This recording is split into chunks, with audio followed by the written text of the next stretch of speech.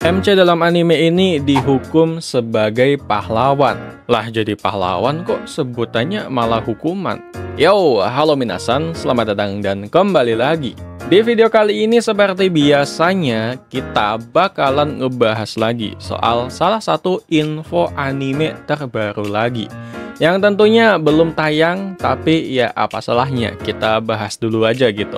Sinopsis singkat dari animenya nanti. Kira-kira ceritanya nanti ini tuh bakalan kayak gimana? Nah, jadi langsung aja kita ke sinopsis dari animenya. Jadi di anime ini kita bakalan diceritain tentang si MC-nya yang mendapatkan hukuman. Yang mana hukumannya di sini adalah dia mau nggak mau itu harus mau buat menanggung yang namanya gelar sebagai seorang pahlawan. Yang mana punya misi buat mengalahkan si Raja Iblis. Dan seperti tugasnya tadi, karena itu juga hukuman ini disebut sebagai hukuman pahlawan. Nah, terus kenapa gitu? Kok ini tuh disebut sebagai hukuman? Nah, jadi soalnya karena setiap pelaku kriminal yang sekiranya udah melakukan kejahatan kriminal yang beneran nggak bisa diampunin. Nah, mereka-mereka ini itu nantinya bakalan diberi semacam kutukan supaya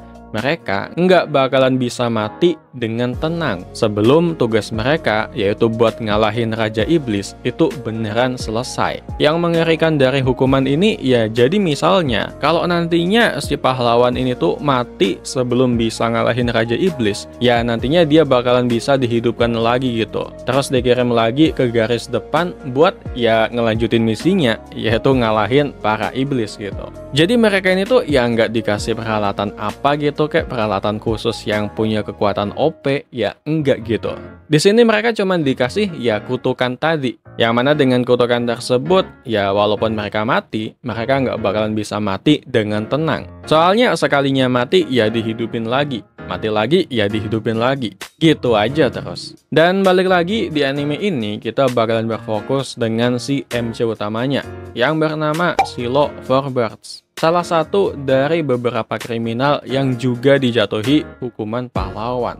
Cerita di anime ini bakalan dimulai ketika pada suatu hari Silo ini tuh nggak sengaja ketemu sama seorang dewi yang namanya Teorita. Nah, jadi Teorita ini tuh merupakan salah satu dari ke-13 dewi yang merupakan salah satu senjata utama milik umat manusia buat ngalahin para iblis. Masing-masing dewi punya kekuatan yang berbeda-beda, tapi buat Teorita ini, dia ini tuh disebut sebagai dewi senjata. Dan seperti namanya, ya Teorita ini ahlinya banget kalau soal urusan ngeluarin atau ngebikin berbagai macam senjata.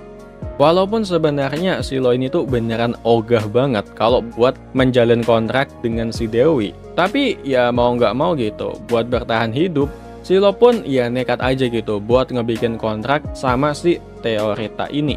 Walaupun tentunya kedepannya dia harus membayar harga yang mahal banget dengan mengorbankan masa depannya.